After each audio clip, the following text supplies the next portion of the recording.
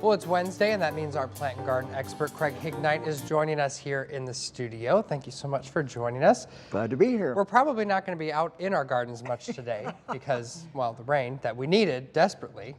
Great day to go out and pull weeds. They're going to come I won't up be easy. doing that, but thank you. But okay, so let's start with Jim and Jen are asking, my pumpkin plants are turning yellow. Will fish fertilizer help, or should I try something else? No, you could go ahead with the fish emulsion.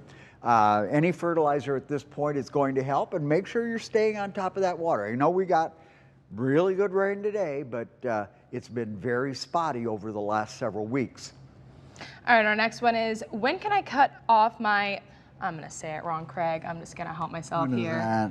Asiatic. There we go, lilies. And how often should I fertilize hanging pots? Asiatic lilies, you don't cut them off, you just take off the flower heads. You leave every leaf on there that you can.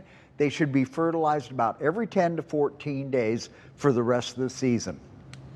Okay, Amanda's asking, why are my sunflower leaves turning brown and dying? Well, we've had a lot of disease brought in, samples over the last several days.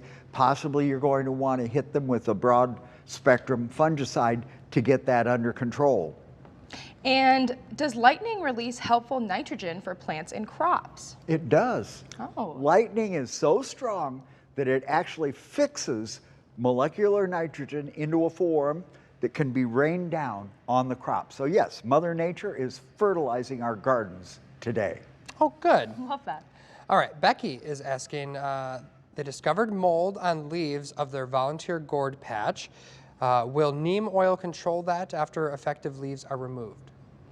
Yes, neem oil does have some fungicidal effects. Make sure that you get it on both the top and bottom sides of the leaves when you spray.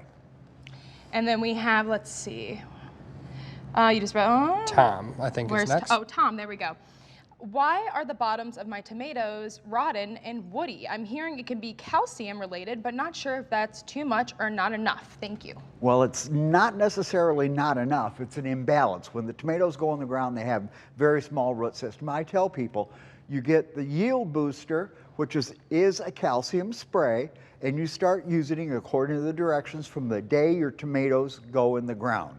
Usually by the time you pick your first tomato, the plant has enough roots that it can go ahead and get its calcium out of the ground. If you're growing in containers, you spray them right up until the end of the season. Yield booster is what you need.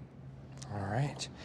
Tanya is asking, I have a clematis with lots of sedum ground cover around the base. Will that eventually kill the clematis? No, no. Remember that clematis naturally grow up through another shrub of some kind. That's why we say they want their head in the sun and their feet in the shade.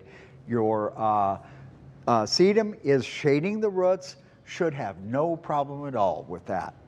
Virginia asks, my black raspberry bushes are done producing. Most of them dried up, lack of water. When can I cut them down and how low? Well, you won't cut until next spring, and you take out the canes that had fruit on them this year. Make sure that you stay on top of that watering. A lot of people, these early crops that we pick, don't ignore those plants, especially with asparagus also.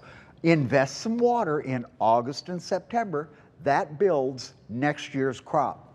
All right, good tip there. Amanda asking, she has 4 jalapeno plants. She's losing leaves on one of them. Any idea why? Well, you can never tell. If they're in containers, I can almost guarantee you can't water them all on the same day.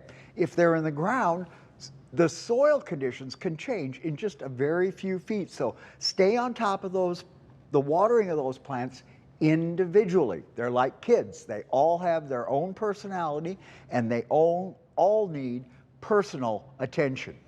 Garden advice and parenting advice. We love it, Craig. And we have Sue asked, I have peaches on my tree. How long before I can pick them?